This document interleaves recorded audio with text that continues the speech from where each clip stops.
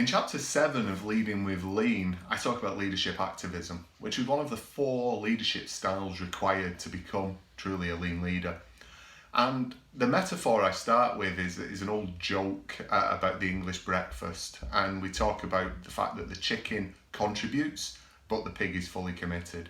And metaphorically speaking, we're looking for leaders who are fully committed. They're going to give their own blood and sweat and effort to really make the operational excellence become a reality through lean leadership. I also use a great example of Virginia Mason, which is a medical group up in the northwest of the US, up in Washington State, and the leader, Dr. Kaplan, who back in 2000 started them on their lean journey. And he got everybody together in his senior medical staff and had a really detailed discussion about whether they really thought of their patient as a customer. And he gave the example of when he was with the board and they asked him the question about who's your customer. And he said the patient, of course.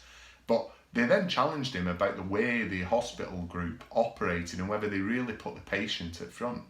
So they give some great examples about us turning up on time as patients, waiting for the doctors or the nurses or the consultants to see us. So if we're really the customer, why do we turn up on time to be told to wait? And it's a paradigm that, I was very much stuck in. Hospitals, clinics have waiting rooms. And in some cases, they've removed waiting rooms by focusing on reducing the waste so that they can see people on time when they turn up for their appointment. And I've actually been fortunate enough to visit Virginia Mason to see one of the examples of how they run their lean program there, and it's very, very impressive. They're constantly challenging waste in the organisation with the focus on how do we improve the patient experience. And again, one of the most impactful things they've done, I think, was the way that they focused on contact time with patients, so reducing the amount of administrative burden on their staff so that they can spend their time with patients.